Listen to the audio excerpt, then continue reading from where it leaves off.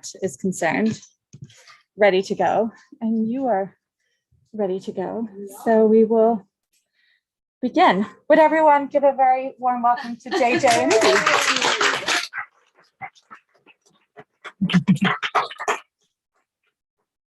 Well, thank you very much. We're particularly delighted to begin our 12 territories COP26 blah blah blah book tour here in the Lighthouse Bookshop, which we suppose make it the official book launch. Thank you so much, Myri and all the crew here for hosting us in this beautiful gem. And we feel particularly at home because we actually live on the Lighthouse. So I'm Isa. And I'm JJ. And he hasn't arrived. So we wanted to say hello to one of our editors, but he hasn't arrived. We'll do it. And so this is a book, a small book that actually took a long time coming, and several years, in fact. And that's mostly because we have a tendency to try and prioritize actions over words. And the writing was put on hold many times. It was a really kind of stop and go kind of process because we were putting our lives and bodies in the ways of the building of a kind of infernal, life-wrecking infrastructure, which is an international airport plan for wetlands. And that's one of our great ancestors of land occupation and squatting and radical commoning. And they wrote over 300 years ago.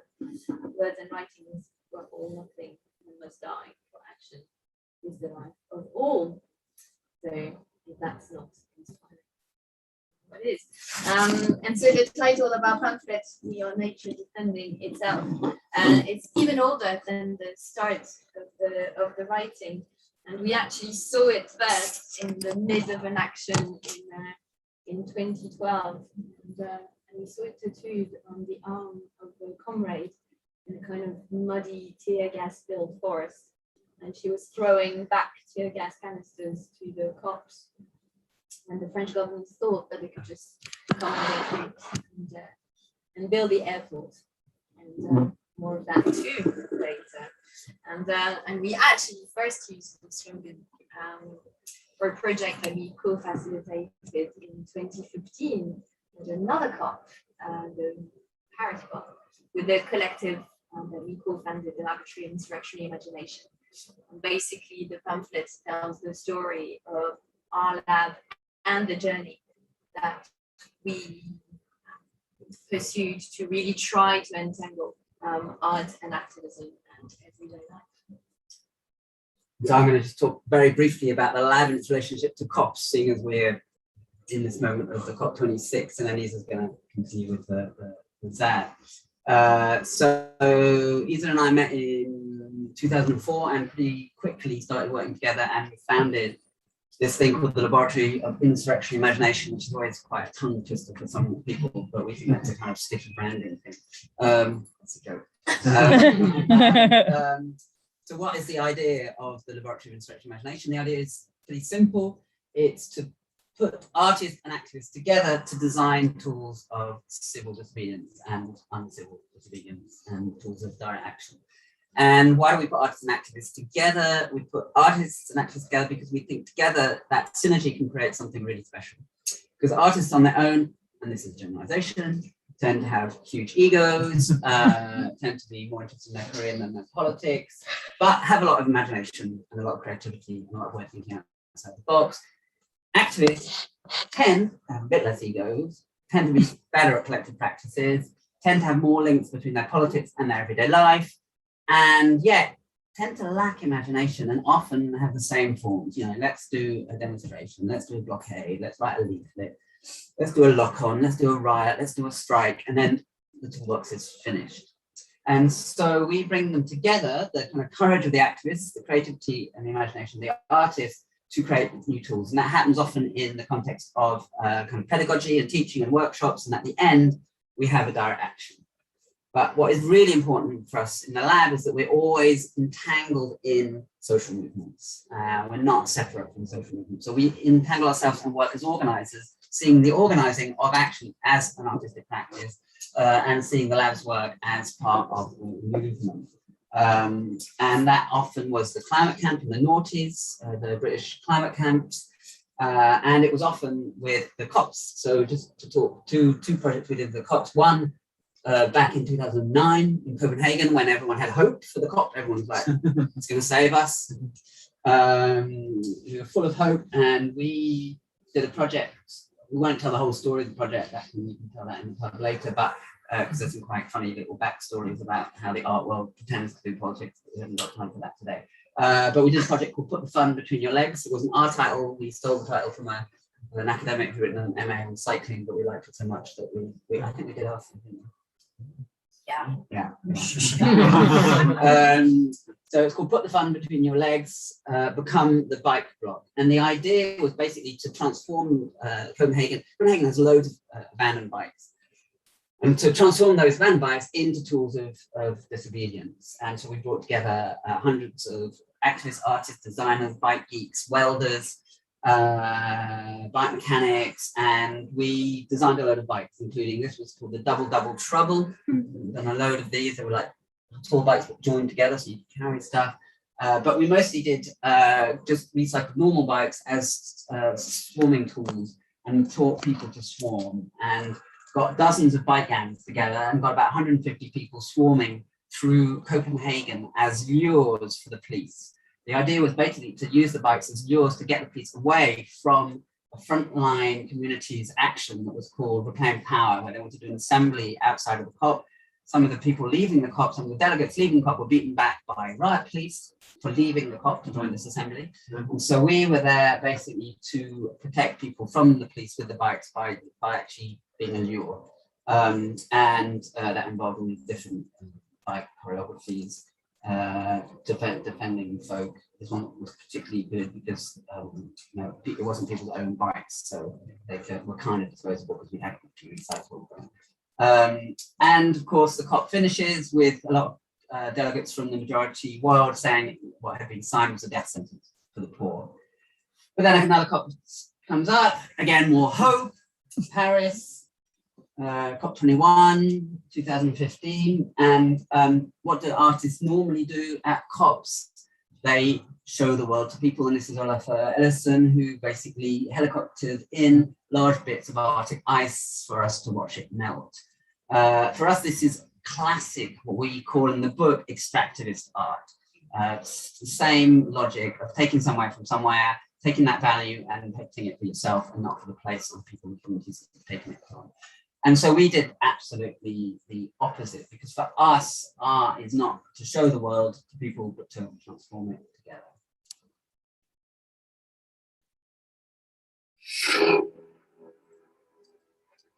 This is the mesh. It is everywhere. Some say it can't be defeated. But what if we cracked it open? Would we be nature defending itself?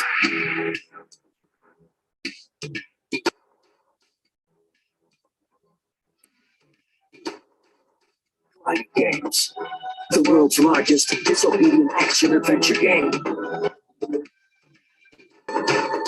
In Paris, across cyberspace, and beyond.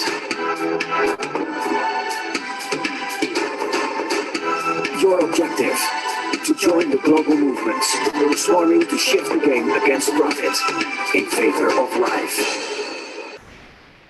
We are not fighting for nature. We are nature, defending itself.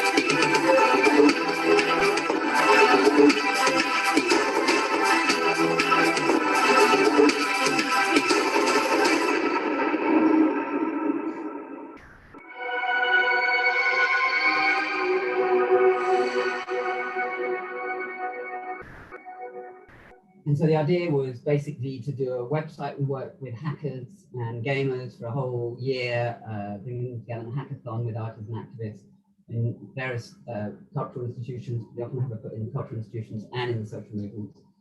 And out of that came this anonymous map where teams could put what we call a play zone on, and the play zone would obviously be a target, and then they would go in their team and go and do a creative form of direct action there. And there were about 120 teams and 225 actions taking place, but we had prizes, and that was the key. There were prizes for the best, the funniest action, the action that had the most solidarity, the cheekiest action, most clandestine. Can't remember all the prizes. Of course, there was a state of emergency that was set in after the terrorist attacks 3 weeks before. We had to change all the plans, including another action that we were organising called the Red Lines. About 120 teams and 225 actions took place. One of the teams that won a prize was this called Operation Vivaldi.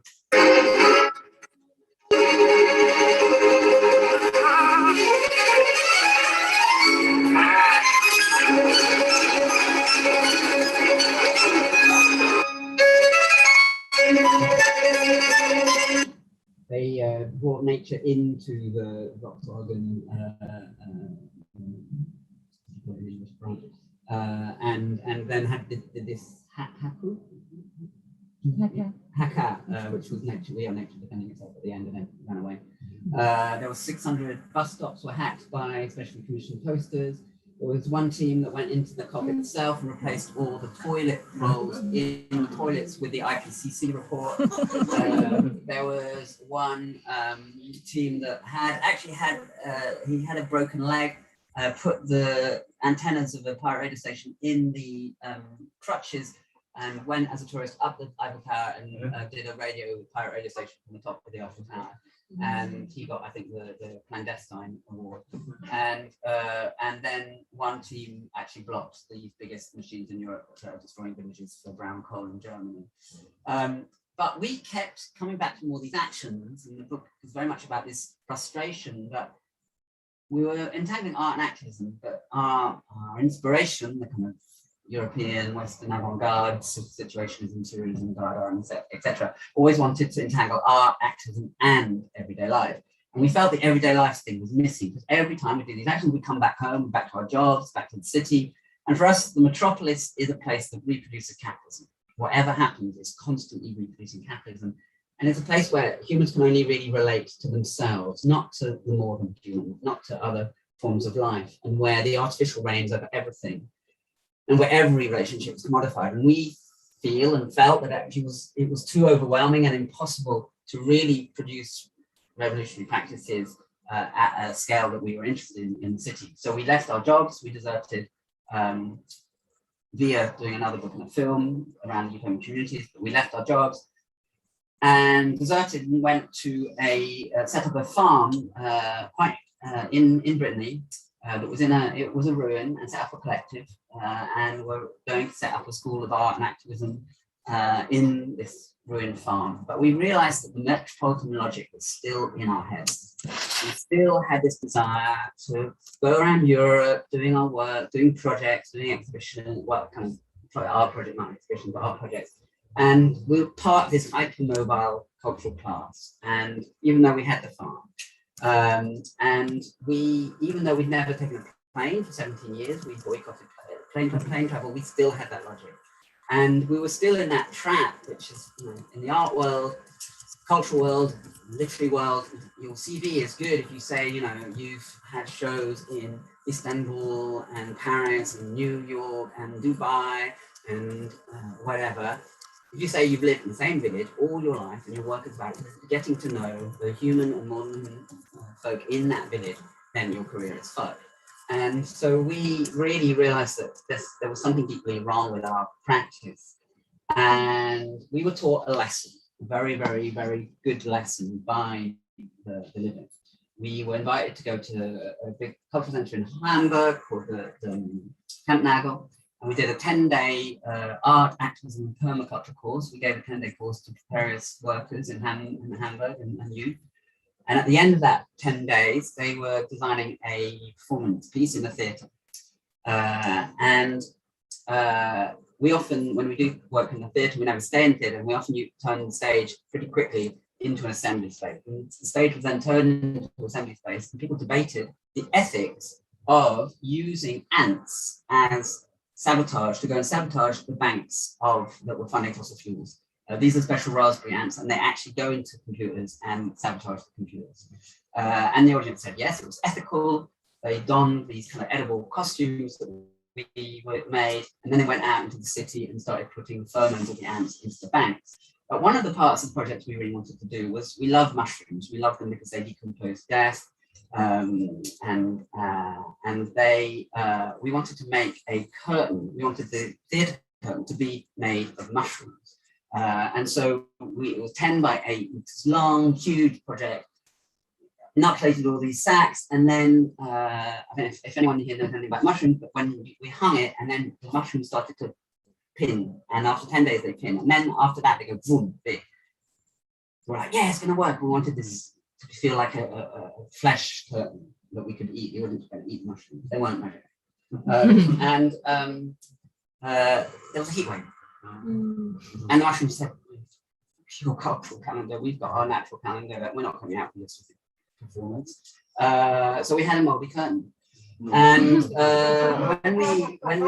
when we got home, we got back to the farm, and we were living at the time in a tent, and we saw that actually someone had left. The whole project was a bit of a disaster, and somebody had left the door closed on the tent, and we got into the tent after that being a month away, and we saw there were mushrooms all over the tent. And we said to ourselves, something's wrong here. We still have metropolitan logic. We're still running around. We're not becoming the territory. And that's what we need to do. And that changed things massively and moved us to somewhere else. And this is where we ended up, in this squatted farmhouse on this territory that is 4,000 acres of bocage that were due to be destroyed for a second airport near the city of Nantes in Western France. It's basically a wetland and farmland that has 9 spring key to watersheds and farmland with anonymous cows, obviously. And it's a project that has been announced in the 60s. And it was resisted immediately, mostly by local farmers that already recognized that you don't destroy nourishing lands to build useless infrastructure. The project, the airport project, kind of went in and out of the cardboard boxes with the whims of the market and the politicians, and it came out again strongly in 2000. It got relaunched, and the resistance got reactivated and widened to more than just farmers, with a lot of citizens groups that started to organize against this airport that obviously is supposed to be green. With our favorite part of it was that in the architect's glossy brochure, they said that there would obviously be a vegetable roof, green roof, and it says it would be like a side of the bocage that would rise up. I didn't quite expect the bocage to rise up the way it did. So, and in 2009, after some people went to a climate camp in the UK, they actually went back to that territory with the idea and organized a climate camp, where basically a letter that had been an open letter that had been written by local residents that realized that actually, in order to this project to be built, they were selling, the governments were making sure that all the farms were being sold and that the place was being emptied out, was gutted out. And they basically wrote an open letter saying that to defend the territory, you have to inhabit it, and invited people to come and squat the land and the buildings that were being emptied through compulsory purchase orders. And it's really from that point on that the slogan came into life, and that struggle was against the airport and its world in against everything that it represented in terms of centralized decision and useless infrastructures that destroy life. And interestingly, this is also when what was actually an administrative term, ZAD, is actually an acronym for Zone Aménagement Différé. That means it's a zone that is going to be developed later, so don't touch it, because we're going to concrete it over. So for the moment, there's no need, which basically is in a way also what saved the very specific infrastructure of hedges, because it was not raised to make way for industrial agriculture, because it was supposed to be concreted over. And this is when the zone aménagement différé became the zone à défendre, the zone to defend. And it was really the beginnings of what would become this kind of world famous autonomous zone, where people started building huts and tree houses, and some that were more punk than others, many that were totally entangled in the 222 kilometers of hedges that make up, of hedgerows that make up this incredible landscape, with some cabins floating on lakes. And people began to learn to farm with local farmers, and produced in the way of the airport, which obviously was not taken too well by the authorities. And because the plans for the airport continue, on the 16th of October 2012, there was a massive military operation that started, called Operation Caesar. Like the fact spirit now is probably doomed to fail, and that massive military operation was met with the most extraordinary diversity of resistance and diversity of tactics, from burning barricades to villages singing peace songs, from full-on conflicts to treehouse evictions. Our own crystalline figures, mud throwing, stone throwing, or all the way to being naked in front of the cops to show your vulnerability. We were defended by Vikings, that really helped. And despite the incredible resistance, 12 farmhouses and collectives were destroyed in a matter of days. But something else happened in that blockage, something very unexpected by the occupiers themselves, and that was the coming together of different forces, and that really came strongly into being on the local demonstration that was announced a long time before, where people had said, if they come to evict us, exactly 1 month later, we'll come back. We'll come back and we'll rebuild everything they destroyed. And we were the people who thought, it's like, by the time we'll come back, we'll all be exhausted, and people will put up a kind of symbolic hut, and that'll be it. Not quite, because 40,000 people turned up with enough building material to actually recreate, rebuild an entire hamlet. So they were just the most incredible human change for an entire weekend. There were even people who had pre-built cabins, like up to 900 kilometers away, and rolled them on trucks and put them together throughout the night. And when a few days later, in the middle of the night, cops crept in to the heart of the ZAD, and to the heart of that newly built hamlets, to try to destroy it, they didn't quite realize that when you have 40,000 people that have done this in one weekend, somehow the people get attached to it, and somehow they're not going to let it destroy so easily. And so there were 3 days of really, really peak conflict. Like 130 people got injured, with doctors in solidarity that wrote open letters to the government to say what we are seeing are war injuries. And basically, the government got scared and realized that if they really wanted to push through, probably they would have to kill someone, and that's not something that they were prepared to weather. And so after a few months, they retreated. They retreated, and what is extraordinary is that they didn't come back. For 6 years, they did not come back. to the zone that just became the most extraordinary laboratory of commoning, where really people tried to take back everyday life into our own hands, and it's peaked to up to 70 collectives and 400 people, because basically, literally for 6 years, there was no COP that came, there was no longer the suffocation of all the rules and regulations and the judges and the regulations of everything. And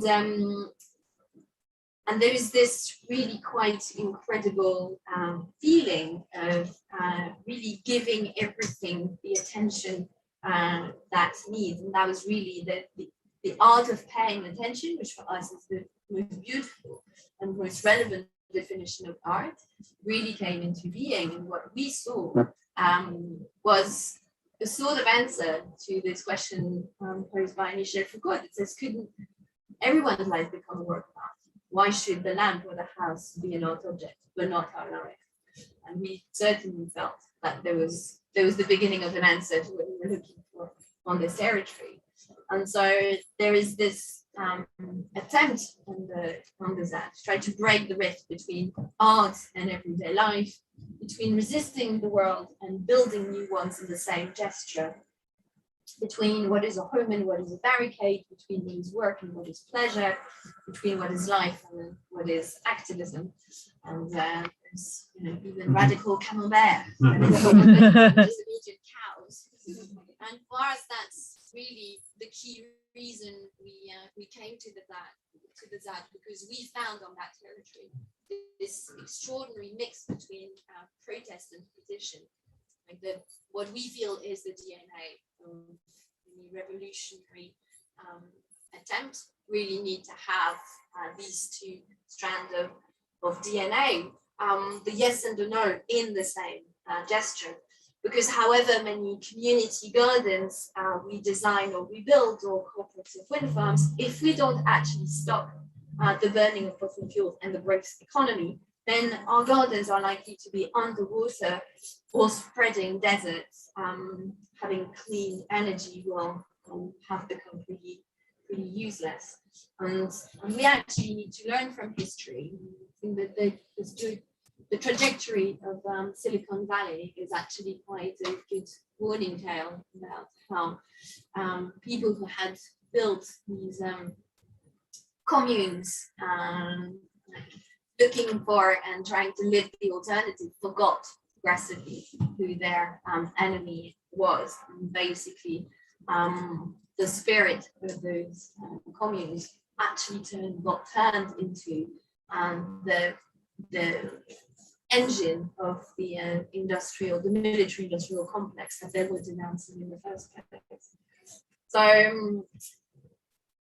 there was this amazing energy of building and resisting at the same time, and the government continued to say that they would come and build the airport. And so we responded with thousands of bodies and bikes and tractors blocking roads, with rituals disguised as demonstrations with people, 20,000 or 40,000 people that came and accepted the invitation to plant their walking stick into the land of Notre-Dame-des-Landes and say, we pledge that we'll come and pick it up if they come to attack. And we even build these acts of everyday magic, like the building of a lighthouse at the exact site where they wanted to build the control tower of the airport. We don't have the time to really go through to the details that we'll show a little film about it. And basically on the 17th of January 2018, the government announced that the airport would never be built, that it was cancelled, and in the same breath actually announced the evictions, that basically those who had been scandalous enough to bring that victory into being would have to be punished. And they came in April with tanks and helicopters and drones, and the diversity of people and tactics really kind of re-emerged again.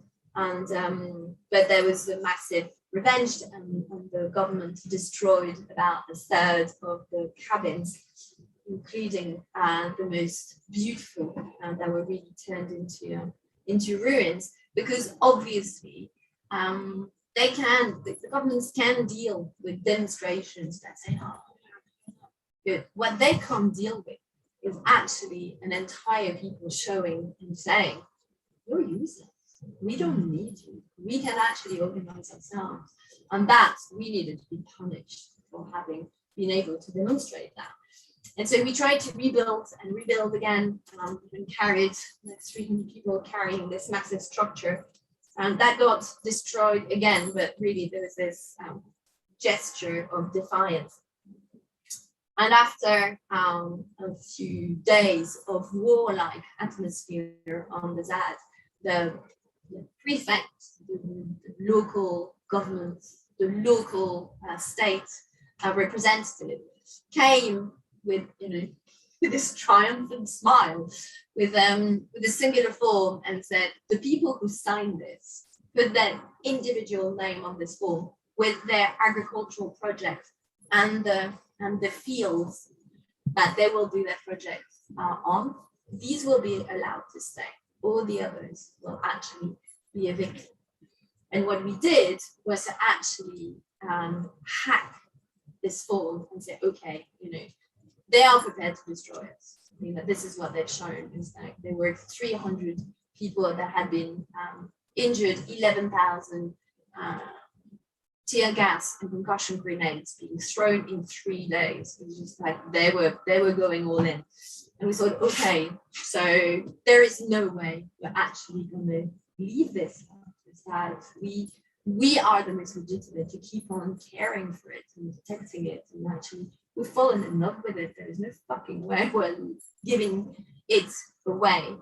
And therefore we hacked the form and demonstrated through a really big folder what the commons are like. It's like, you want names, we'll give you names, but actually we'll show you what usages are totally intertwined in this on this territory. And we were able to stay. 7 collectives did not make what we call a gamble, because it's a massive poker gamble. The 7 collectives that decided they could not enter into this legalization process, their houses were destroyed in 3 days. And since then, there's been this negotiation to keep on building the commons on the ZAD, and the fight is still going on. The negotiations is still going on, and it's far from easy, and it's not a little island of perfection, far from it, but it's quite an amazing endeavor. And for us, and one of the things we talk about at the end of the book is this, for us, is the art of life. It's because we've kind of really got to know the territory. We know its winding paths. We've become its woodlands and its wetlands. We know when the owls give birth and salamanders mate. And the kind of relationships and the attachments that have been built between ourselves and human and more than human forms of life on the zone can't ever really be taken away, because they were built in this struggle, and the falling in love happened through struggle. And now the wetlands remain the wetlands, the farmlands remain food-producing land, and in a sense, the airport will only be a kind of negative shape, a negative kind of sculpture on this land, a kind of ghost. And for us, this really is the art of life. It's a gesture of reciprocity rather than extractivism. And that means turning back these kind of monoculture machines, decolonizing a place from capital, or trying to, and opening up somewhere that enables other forms of life to flourish, to connect and to unfold. And for us, that is what's beautiful, is to let life live more. And Alan Capro has this quote that's been so important for us over the years. He says, we may see the overall meaning of art change profoundly, from being an end to being a means, from holding out the promise of perfection in some other realm to demonstrating a way of living in this one. And because we're at the lighthouse and we were going to talk for 45 minutes, and it's okay, we've talked for 33, we're going to show a 17-minute film about the lighthouse as a special dedication to this lighthouse.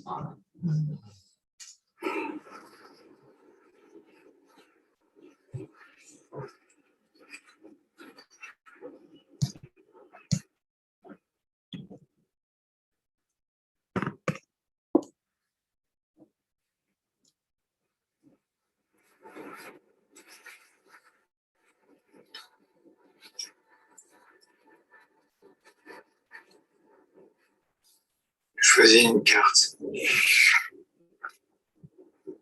Je vois une catastrophe. Un début. Des crises, l'eau qui monte. Des crises, un début. Elle tue tout ce qui est dans son chemin. Tout. Il y a des oiseaux. Des oiseaux énormes. Ils font un bruit infernal. Et j'aurais une tour grise qui part des oiseaux de fer. Il faudra construire une autre tour. Une qui brûle.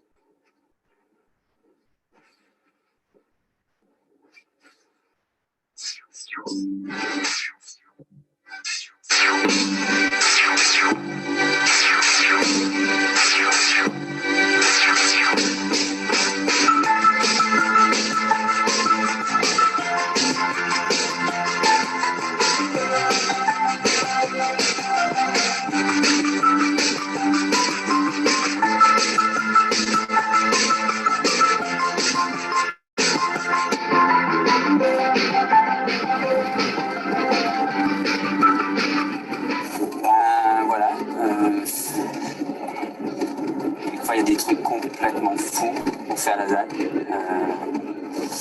Et là, on est en train d'aller chercher un pylône THT. J'avais toujours rêvé de couper un pylône. Et bon, je pensais jamais qu'on allait bouger un pylône de dizaines de kilomètres, amener sur une zone autonome et pour construire un phare.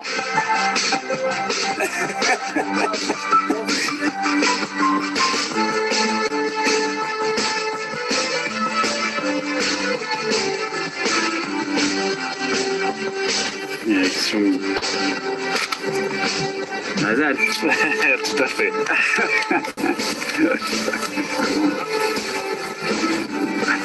On a perdu quelques équipes. Chemin de barrière qu'on arrive en chemin de barrière. On va arriver par là où était la vigie.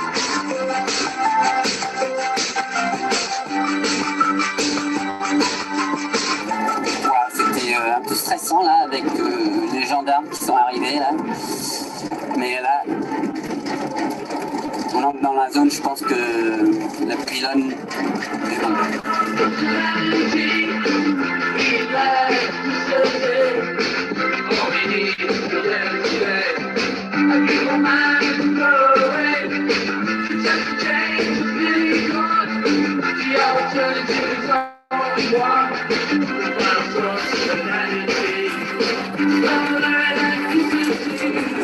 Is it big enough? I think so. Yeah, that's big, plenty enough, I think.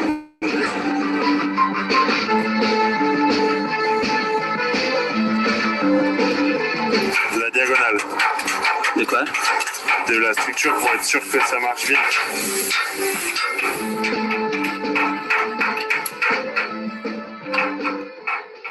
Le gouvernement ne cédera jamais face aux intimidations d'une minorité d'individus. Nous continuerons ainsi de faire appliquer les lois de la République à Notre-Dame-des-Landes comme ailleurs. Ce projet, nous le soutenons et il se fera. L'échéance approche. Manuel Valls l'a répété, l'évacuation de la ZAD et les travaux de l'aéroport de Notre-Dame-des-Landes interviendront en octobre. Pourtant, dans le bocage, la vie continue. Une bibliothèque vient même d'ouvrir ses portes. Ici, loin de penser à la destruction, on construit, on aménage et chaque nouvel arrivant est appelé à participer au chantier en cours. Eux, ils veulent venir détruire et nous, on construit. Et en fait, notre meilleure arme, c'est la construction. Ce projet est nécessaire, il doit se poursuivre. Et il y aura d'ailleurs un rendez-vous. Ça sera à l'automne. Au-delà, et nous le savons tous, cela ne serait pas possible.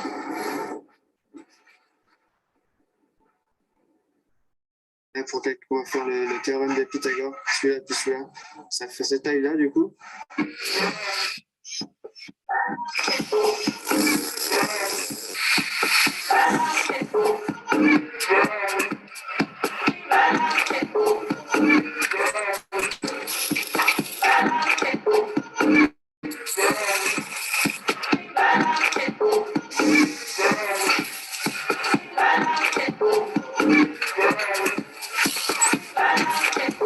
Là, on est à peu près à 160 et ça ferait ça.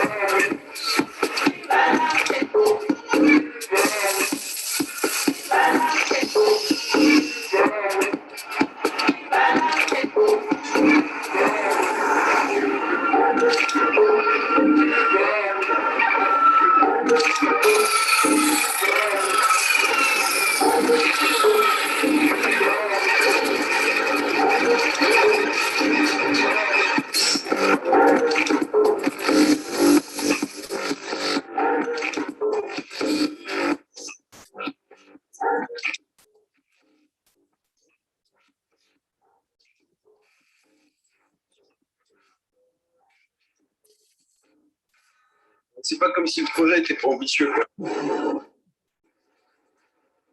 Pour finir serré, Shannon, Fastnet, Lanai, Airichir au Colmaline. Situation générale et évolution, il y aura une dépression de 953 hectopascales entre Islande et Féroé. C'est du coup d'avoir quand même bien sécurisé.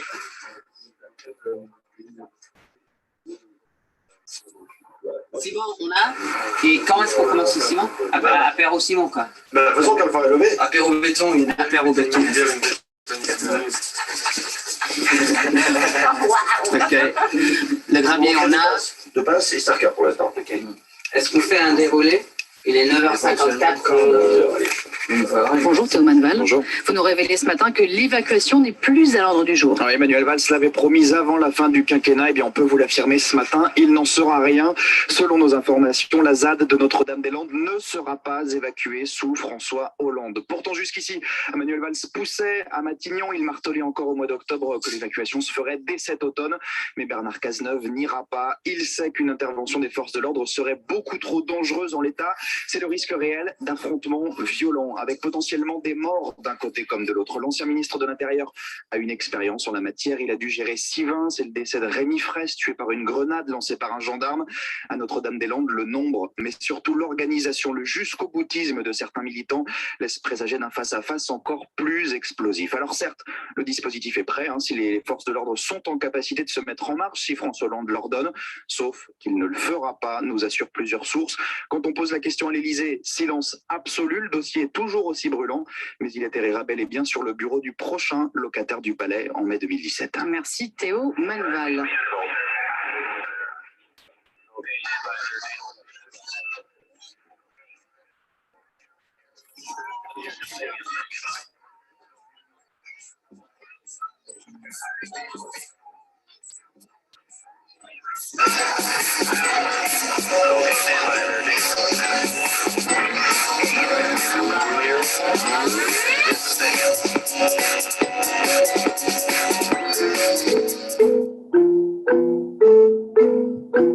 And then there were more and more miracles. The miracle of the gangway, for example. We wanted to link the lighthouse to the library because we're inspired by mythical places such as Alexandria with its magnificent lighthouse and library. It took us many days to draw the plans for the gangway that was going to link the building with the library in it to the lighthouse. A local peasant had given us some old bits of oak from an old barn. It was useful, but much too big. But it was all we had. The day we went to get the wood, a comrade arrived. I've got some old bits of metal from the recycling centre. It's a present from them to the lighthouse. He opens the doors of his white van and he takes out a gangway in kit form, exactly 16 meters long, exactly the distance between the lighthouse and the library.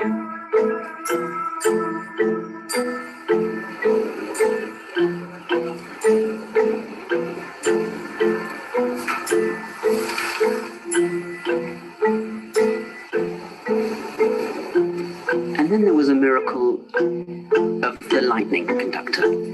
Everyone told us, you have to have a lightning conductor. Don't be crazy. This is a 20-meter high metal tower. It's super dangerous. But lightning conductors are really expensive. I was in a super rush. We only had one full moon left before we had to finish the lighthouse. And then one day, there was a fog, a storm that was coming. And the van arrives, a white van. And a guy gets out. It's the first time he'd ever stopped on the ZAD. I work on telephone masts. I've got some spare climbing harnesses in the back. Do you want some? We're delighted. And then he looks up and he says, have you got a lightning conductor on your lighthouse? We all look at each other. He opens the doors of his van and he gets out a lightning conductor, a brand new lightning conductor.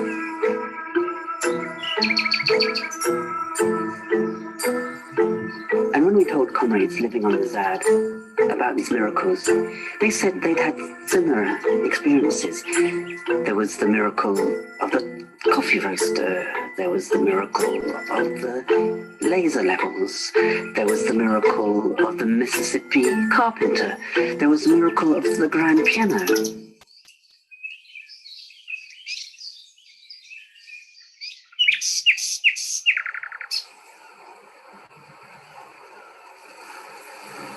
But there's nothing mystical about a miracle. In fact, the word miracle comes from ancient Sanskrit, and originally it simply meant an event that makes us smile.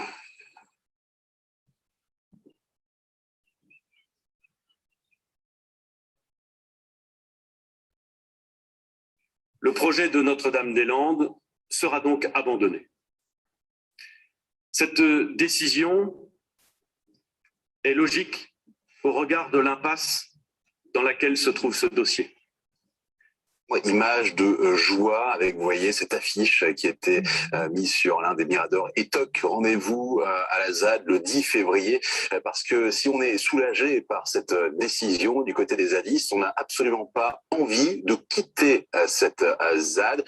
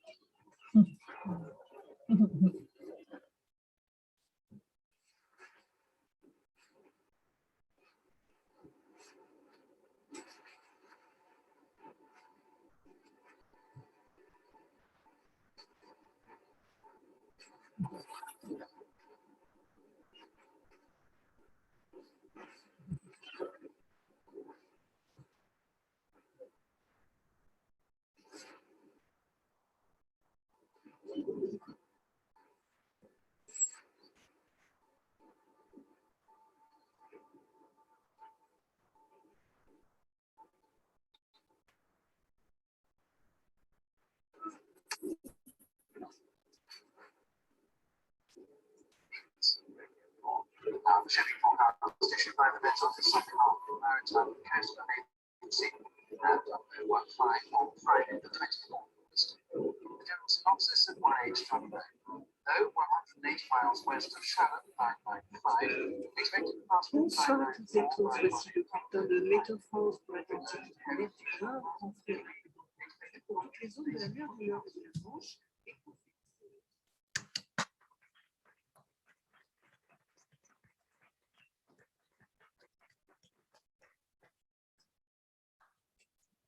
Great. I think we have Time for good discussion, questions. half an hour. Yeah. Thank you. Does anyone have a burning question? Can I start with just asking you when exactly did you sort of land in the ZAD and know that you were going to stay? It actually, there was not one moment there's one moment that we both remember where we said, okay, we're actually going to live here. But the thing is that when we left London, JJ explained we started a collective farmhouse that was an hour away from the ZAD with people that had been part of organizing the climate camp that gave birth to the ZAD and had been in solidarity with it for a long time. And so we were going back and forth a lot over the period between 2012 and 2015. I think that it's the true, if you want, made this in Paris, made us realize that we really needed to have a place where the yes and the no were really, really intertwined, and felt that the collective farm that we had set up was too much towards the yes, that the no was missing. And was that kind of, that moment it became obvious